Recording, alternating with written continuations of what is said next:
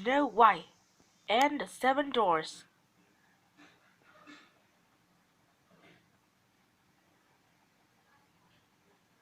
One snowy day in a faraway castle, a queen sat sewing by her window watching the falling snow.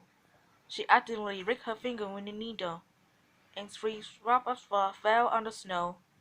The queen looked at the red flag on the white snow against the black wood on the window frame, and thought, "How I wish I had a daughter with skin as white as snow, lips as red as blood, and hair as black as ebony."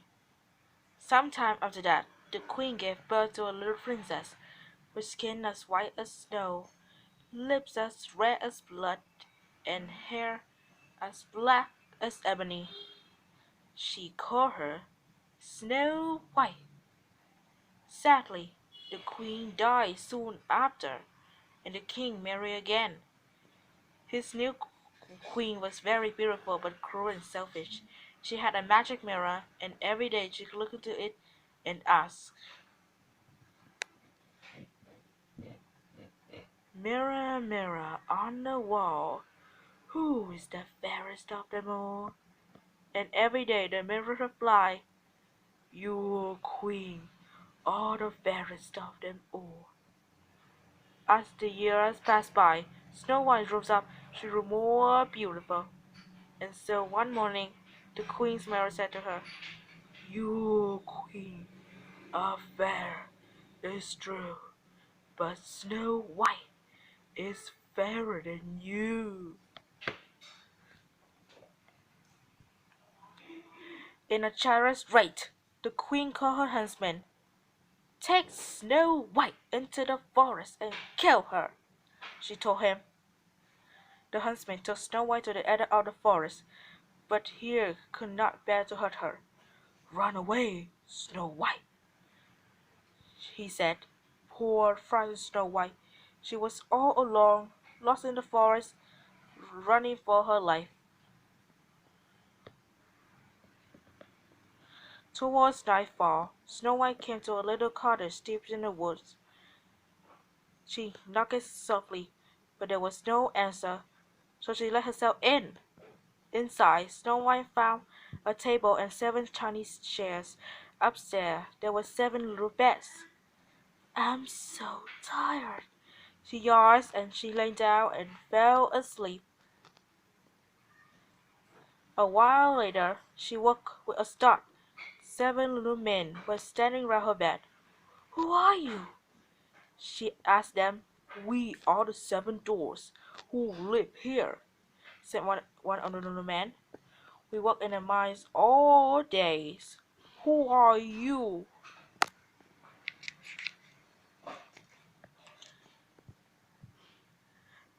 "My name is Snow White," she replied, and she told them her sad stories.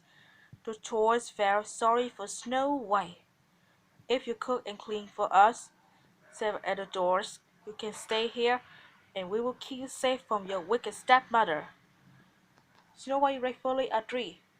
When they left for water the next morning, the dwarfs made Snow White promise to not go out or open the doors or speak to anyone. Meanwhile, the vain queen was back at her magic mirror, but she was shocked by what it told her.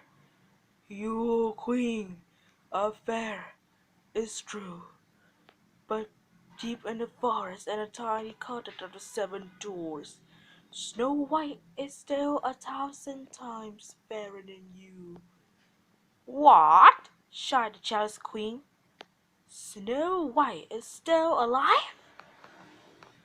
The queen, who was really a wicked witch, really a deadly poison, and poisoned a rosy red apple.